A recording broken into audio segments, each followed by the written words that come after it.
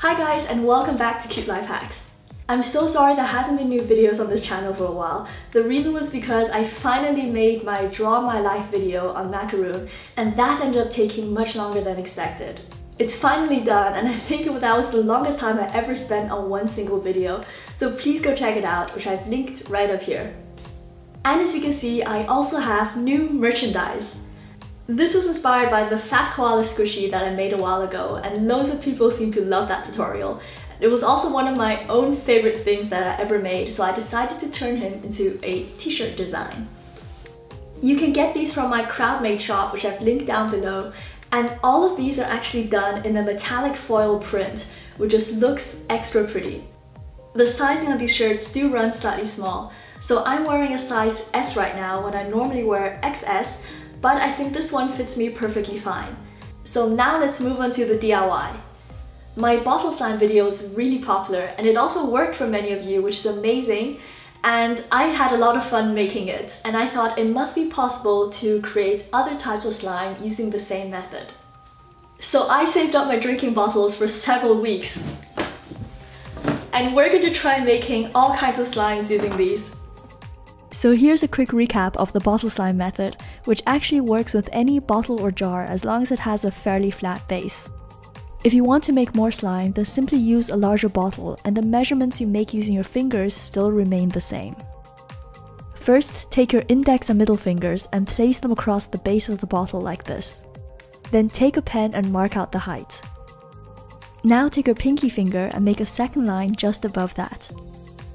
The first line shows you how much PVA content to add, and the second line is for slime activator. Now let's get started with our first experiment, which is this incredible looking glow-in-the-dark slime.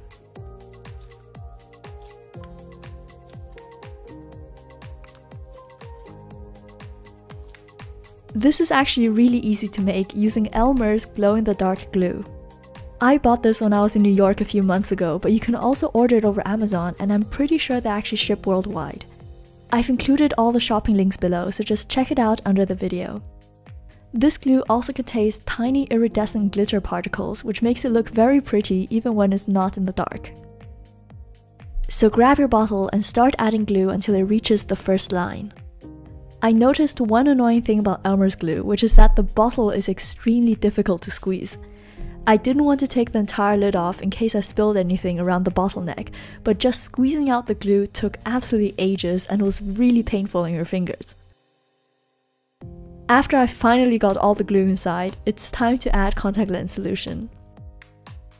Of course, you can also use borax-based slime activator for this step, in which case skip the baking soda, which is what I'm going to add next. Remember that the chemical reaction starts as soon as you add the activator or baking soda, so you have to screw the lid back on and start shaking as quickly as possible. If you wait a bit too long, then some of the slime might start to activate and form uneven clumps. The Elmer slime came together fairly well, and I can feel a solid lump inside the bottle. It has a tiny bit of foam, which means I probably added too much baking soda, but luckily this didn't affect the texture that much. Strangely enough, the slime was actually quite sticky and felt underactivated in some parts. I suspect that this is because it just took so long to squeeze the glue out of the bottle that some parts started to dry and didn't mix well with the activator. A good way to fix slightly sticky slime is just to play with it for a while. This usually makes it more solid, and in this case I actually ended up with a cool looking putty. As you can see, the glow-in-the-dark effect looks absolutely amazing, especially if you charge it up beforehand by holding it under a bright light.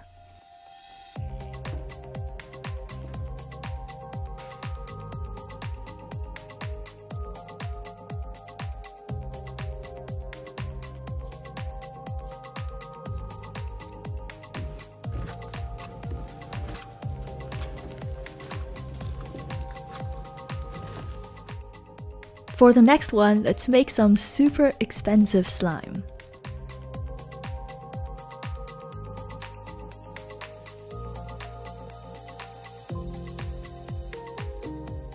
This is a follow-up to my Glam Glow slime, which uses the most expensive peel-off face mask in the world.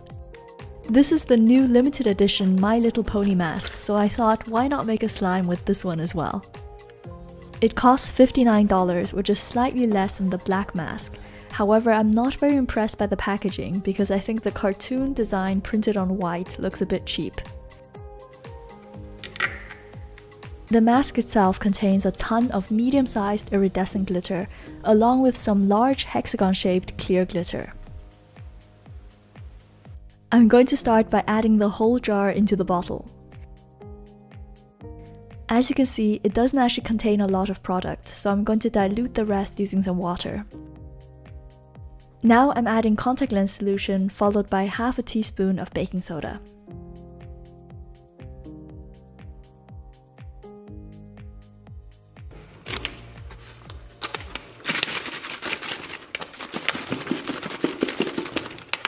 This slime came together pretty perfectly. There was no foam, no liquid, and it has a super soft and fluffy texture.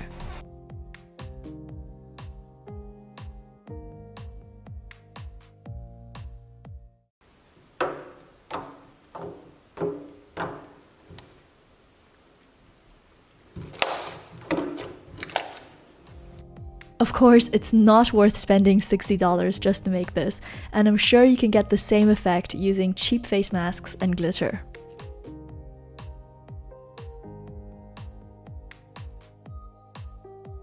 Next, we have a fishbowl slime. This is getting a bit more experimental because I really don't know how well you can mix extra bits like beads or foam balls into bottle slime. I decided to start slightly differently and mark out 2 double lines using my index and middle finger.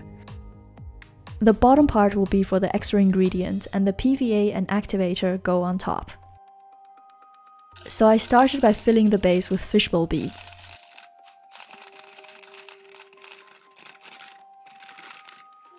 Then I started adding peel-off face mask. Right away I realized there was a problem with this method because the face mask sinks between the beads, so the line measurements are no longer accurate. So I had to guess the remaining quantities when adding water and contact lens solution. Just to make it more interesting, I decided to add food coloring and some glitter as well.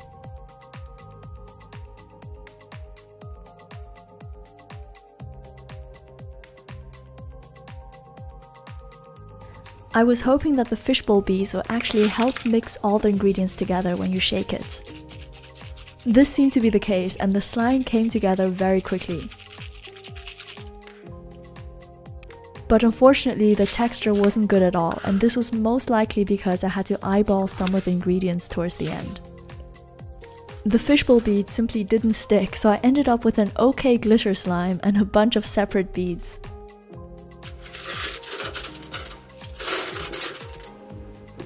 And now we're going to try making some butter slime. This is created by mixing Daiso clay with regular slime. It's another slightly complicated recipe, so I'm not quite sure how well this is going to work in a bottle. I'm using the same bottle base as for fishbowl slime and adding flakes of Daiso clay into the first section. Then I'm pouring some white PVA glue on top. I'm hoping that the glue will soften the clay just enough to be mixed together during shaking. And lastly, I'm finishing with contact lens solution and half a teaspoon of baking soda.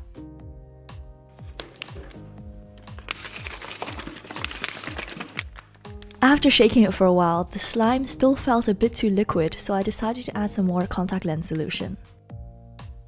And I also added food coloring at this point, which I forgot to do earlier on.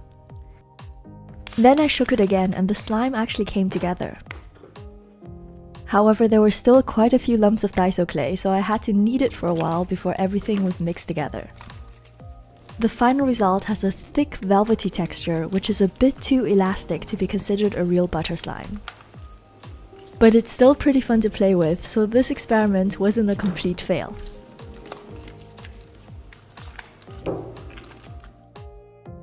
Next, it's time to try making some foam in a bottle. I'm going to be using these tiny colored foam balls which came inside Sophie and Toffee's slime kit. After the fishbowl slime fail, I decided to do this one the normal way and add peel off face mask first, followed by water and contact lens solution. This way I can see that the measurements are all correct. Then I'm adding the same amount of foam balls as slime and finishing with half a teaspoon of baking soda.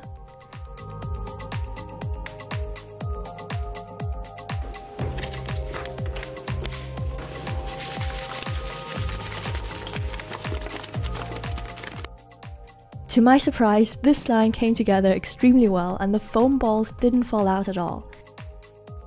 The shaking also generated lots of air bubbles, which gave the slime a unique puffy texture, so it almost feels like a fluffy foam, which I've never played with before.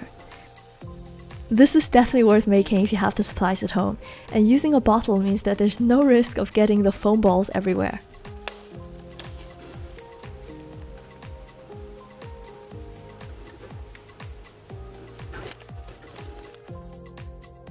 Now let's try a temperature-activated color-changing slime. I'm going to be using this thermal pigment from solarcolordust.com, which changes from purple to colorless at 86 Fahrenheit or 30 degrees Celsius. I got this from their mystery grab bag, which I reviewed in this video. If you want to make a slime using pigments or glitter, then it's always best to use a transparent base. In this case, I'm going to add clear face mask through the first part. Then I'm diluting this with a bit of water, and please remember that you can adjust this amount depending on whether you want a thick or thin slime. Next comes the thermal pigment, followed by contact lens solution and baking soda.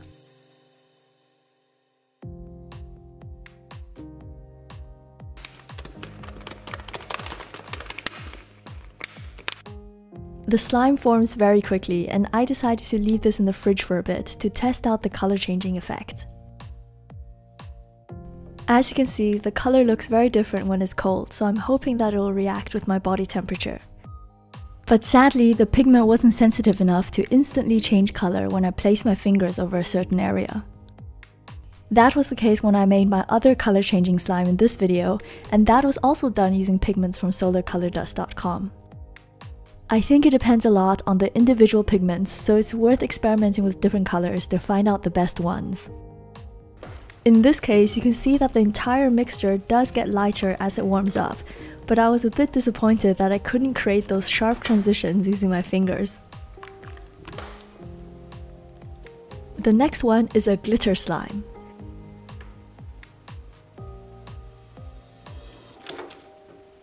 This is super easy to make, and I'm simply going to use a pack of fancy glitter that I got from Claire's Accessories.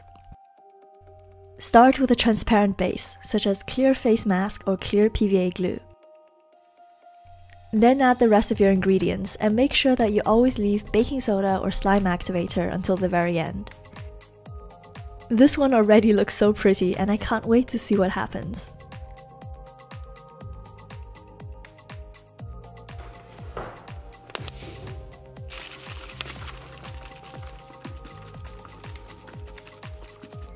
Since we used the foolproof basic recipe, the slime came together perfectly and it looks gorgeous. I'm actually going to cut the bottle open because I want to get every last bit of the slime out. This is proof that you don't need complicated ingredients to make an eye-catching slime. The bottle slime method is great for basic recipes that just involve using glitter or pigments, since you can do all the mixing at once and there's no mess to clean up.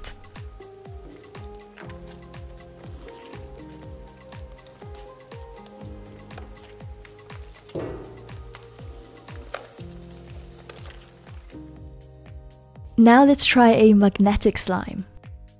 I've never made this before, so I'm really curious to see how it turns out. I'm going to be using this 3D magnetic pigment, which was also inside the mystery grab bag that I got from solarcolordust.com. I think the pigment actually works by changing color when you hold a magnet over it, but I discovered that you can actually grab and move the whole thing around as well. The method here is exactly the same as with the glitter slime, and I'm simply adding a generous amount of pigment instead of the glitter. As mentioned earlier, it's great to do this in a bottle because you really keep your hands clean, especially with dark colored pigments like this.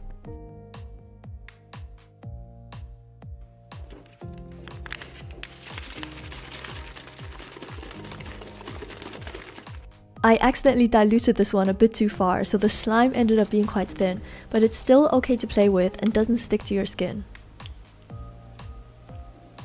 However, I was very disappointed to see that it doesn't react at all to the magnet. I didn't want to give up, so I placed it in a bowl and added a lot more magnetic pigment to it. This worked better, and you can actually see the slime following the magnet.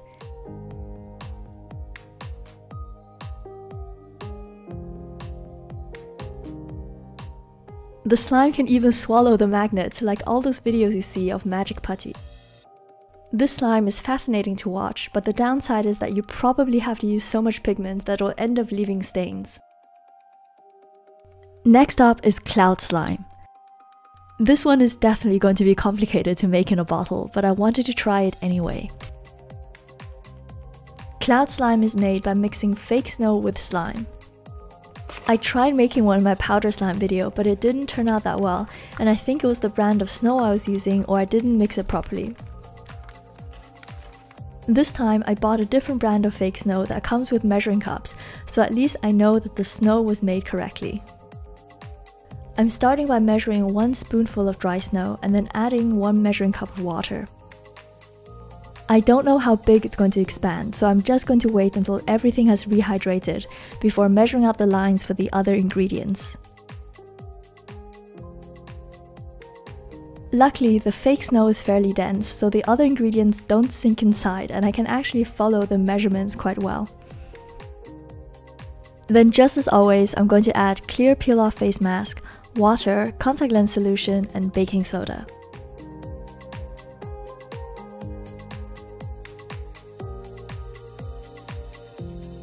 Now it's time to shake everything up. The fake snow really messed up the texture, so I ended up having to add way more contact lens solution, baking soda, and PVA. The closest I could get was this thin watery slime, which doesn't look anywhere close to cloud slime. So this experiment was definitely a fail. The only interesting part was that the foam which I poured out of the bottle first ended up solidifying and actually produces the typical stringy texture of cloud slime. However, this is obviously not good enough, so I definitely wouldn't recommend making this one yourself. Last but not least, let's try a jiggly jelly slime. I'm sure you've seen this type of super clear and super jiggly slime all over Instagram lately. Lisa has tried tons of recipes to make this for our German channel, but we still can't seem to find the right method. Please let me know below if you know exactly how these giant jiggly slimes are made. My closest guess is that it involves the borax pouring method, which was shown in my Banggood slime kit video here. This is a way to make slime without any stirring, however you have to measure the ingredients very precisely for it to work. Begin by mixing 2 pinches of borax into 60 milliliters of warm water. Stir until dissolved and set it aside for later. Now I'm adding some clear PVA glue that also came with the slime kit and diluting it with a bit of water. This seems to be a very important step to make the slime, since heavily diluted liquids will mix together without the need for stirring. I had to shake it a bit to mix it up and then let it settle for the bubbles to go out. Now you just need to pour the borax solution into the PVA solution and leave it to sit for a few minutes. Right away you can see small clumps of clear slime forming, but I'm not entirely sure how even the result is going to be. And just as I expected, the jelly slime wasn't completely smooth and there were many bits of mixture at different stages of activation. Some of it was too hard and some of it was too liquid.